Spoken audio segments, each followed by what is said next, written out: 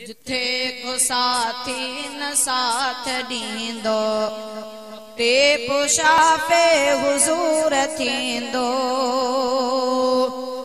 ते को साथी न साथ दींदो ते पुशाफे हुजूर थींदो। सामे आहिन गुनाह के खुदा का माफ़ी वठी सो दींदो।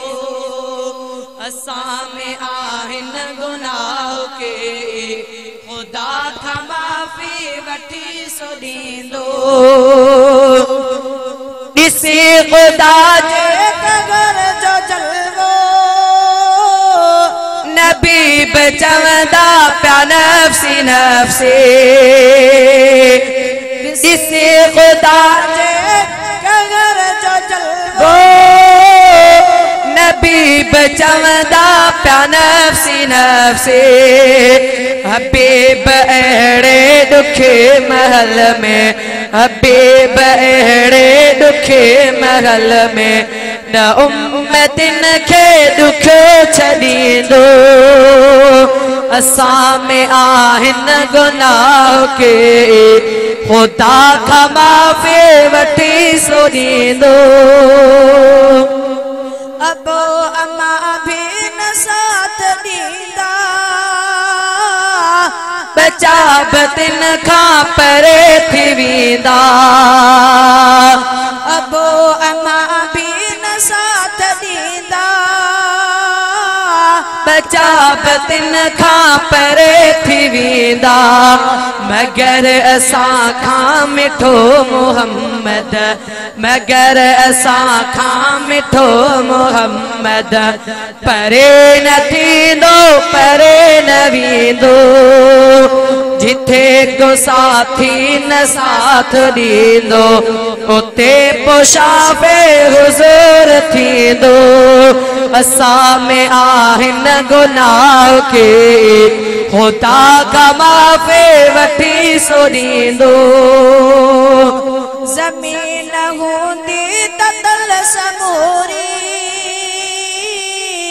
पगर में माण्हू जिथे पिया ॿुधंदा।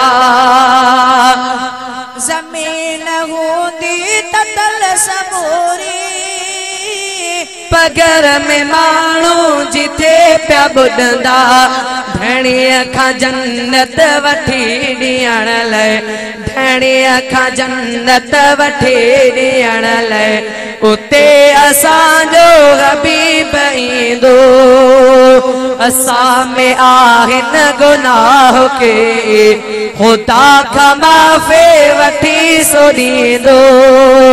जिथे को साथी न साथ दींदो उते पुशाफे हुजूर थींदो।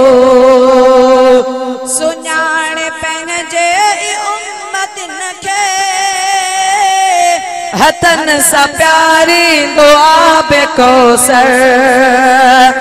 सुञाण पंहिंजे उम्मतिन खे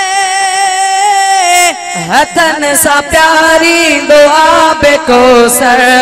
माघोर अड़े हबीब तां थिया माघोर अड़े हबीब तां थिया जो से कौसर ते सब गॾींदो।